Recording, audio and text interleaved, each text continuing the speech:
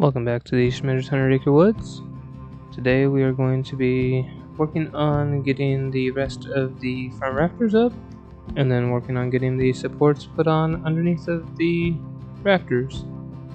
In the previous video I talked about having different supports and kind of came up with a new method so that it would be supported back to the other rafter. So we'll be working on that today.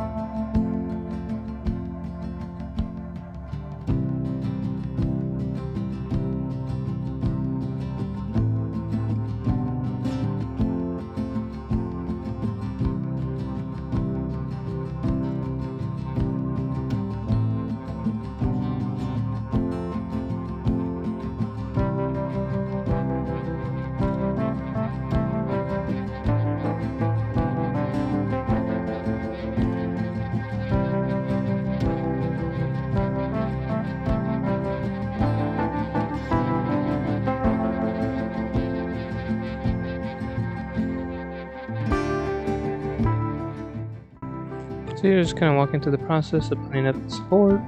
So initially we put it up with a couple of screws, so we have to pre-drill through the support. It is a piece of red oak, so it is pretty difficult to drill through, but we get it to where it's even on both sides with the angle. We put a couple screws in it to temporarily hold it, put a lag in the center that goes into a 2x4 that's in between the two braces, and then drill a hole all the way through, and then we're putting carriage bolts here to help hold on both sides. So you can see, got that run through, and then because it sticks up, go ahead and cut that off with the grinder so that the roof won't contact it, and then give it one more quick hit with the impact, and then moving on to the back one. So it's kind of the process of going through. So we do lags on both sides, or carriages on both sides, and it will make it very strong by doing it this way.